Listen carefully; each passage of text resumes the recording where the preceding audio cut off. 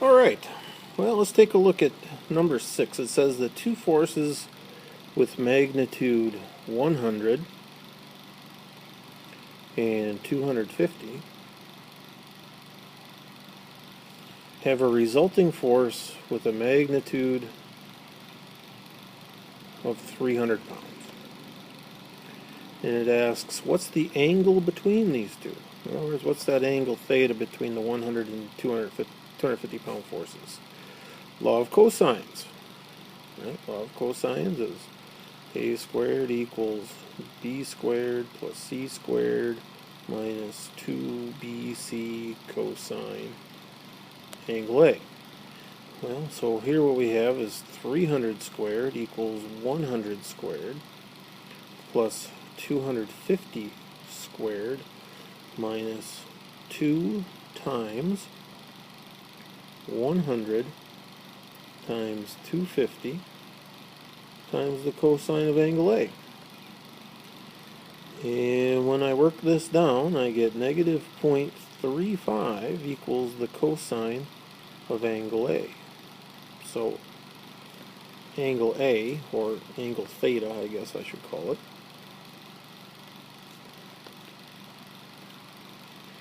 is the inverse cosine of negative 0.35, and that gives 110.487 degrees. Okay. On to number 7. It says a plane's airspeed, and it should say plane's air velocity, is 350 miles per hour, and it's directed at 100 degrees. And it's flying through a wind that's blowing at 60 miles per hour. Those are magnitudes.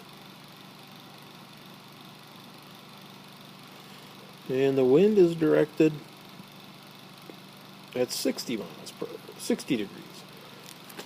And they're asking, what's the plane's resulting ground speed and direction? So it's what we want to do is add these two vectors together, find the magnitude and the direction. Well, writing P in component form, the plane's airspeed, is going to be 350 times the cosine of 100 degrees plus 350 times the sine of 100 degrees. And that gives me negative 60.777I plus 344.683J. And then for the wind, that's 60 times the cosine of 60 degrees plus 60 times the sine of 60 degrees. And from that, I get 45.963I plus 38.567J. Alright, now for the ground speed, or the velocity, we add these two together. So if we add the I components together, we get negative 14.814 I plus 383.25 J.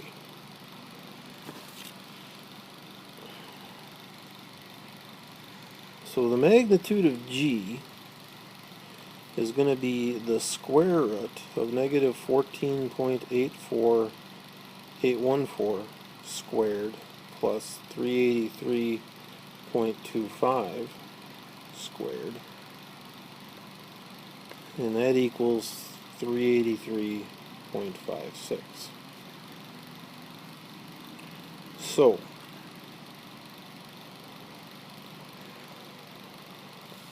the magnitude of the ground speed is 383.56 miles per hour. Now to find the angle, it's the inverse tangent of the j component, the 383.25, divided by the I component, which is negative 14.84. And that equals negative 87.786 degrees. But now we need to think about where this is. We have a negative I vector, or a negative I component, and a positive j component.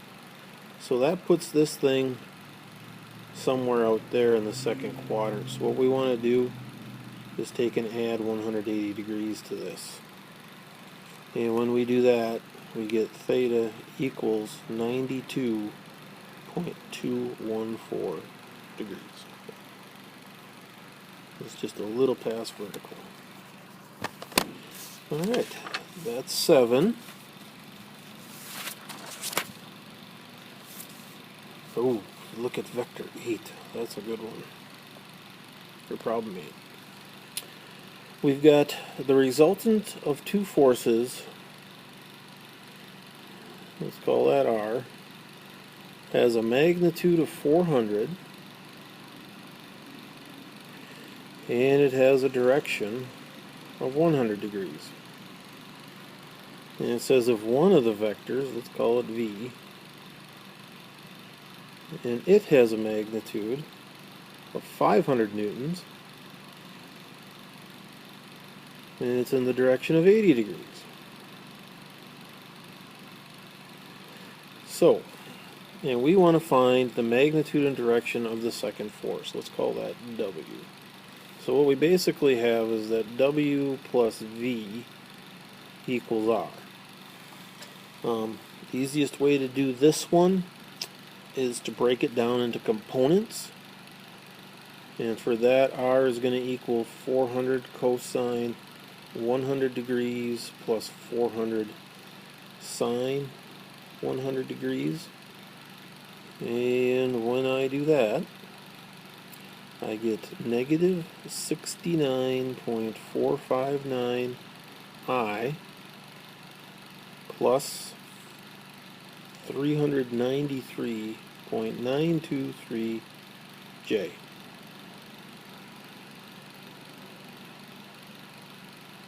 V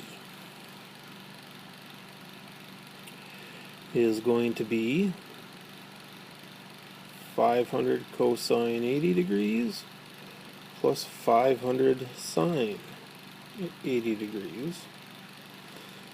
And this is going to give us 86.824 I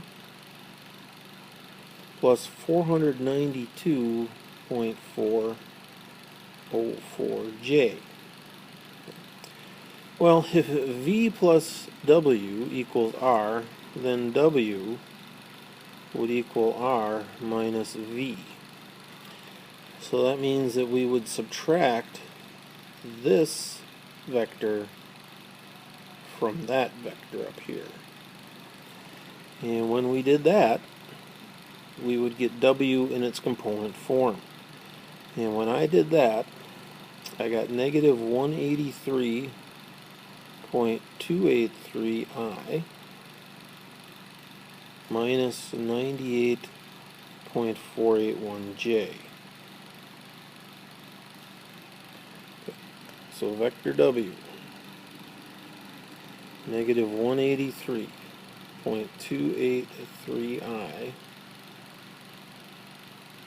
minus 98.481 J. So, to find the magnitude of W, square it. Negative 183.283 squared plus negative 98.481 squared, the square root of all of that. And when I do that, I get 208.065. And that's newtons. Now, as far as the angle goes, theta is going to equal the inverse tangent of the J component, and that's a negative 98.481 over negative 183.283, the I component, and that gave me 28.250. Okay. So what that is, this is an angle in the first quadrant. But a negative I and a negative J is an angle in the third quadrant. So what we want to do is add 180 to this. And get theta equals 208.250 degrees.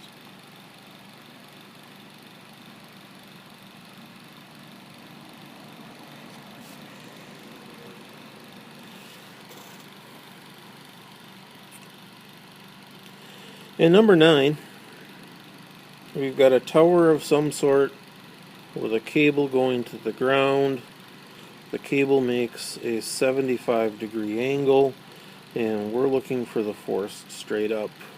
Well, we can think of that as being this force over here, the J. Right, and if we call this tension, we could go T sub J is equal to 75. No, not that. This tension is 1,800 pounds. So it's the magnitude, 1,800 pounds, times the sine of the angle. And that equals 1,738.666 pounds.